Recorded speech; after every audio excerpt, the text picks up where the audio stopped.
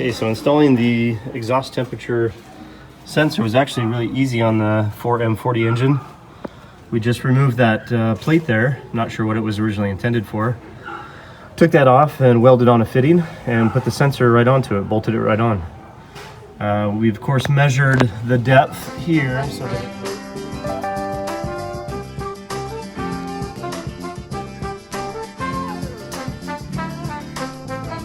the tip of the sensor would actually drop down below the bottom edge of this plate here to make sure, but also making sure that it doesn't touch the bottom of that cavern, for lack of a better word. So then we run our wires up here, back through here, and then down through the firewall,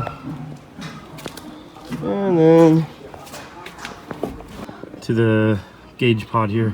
I also have a video showing how to install this. I found a way to install it that doesn't do too much damage to your original interior parts and holds really well.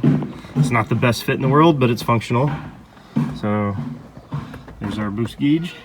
Under hard acceleration, you can watch that gauge go up, and it does go up pretty quick to 6. And then that's when I back off and let it cool down, and it does cool down quick too. So you can push it pretty hard up to your max wherever you feel that's safe. From what I read, it's about 6, and then as soon as you let off, it immediately starts cooling down. So anyway, there it is.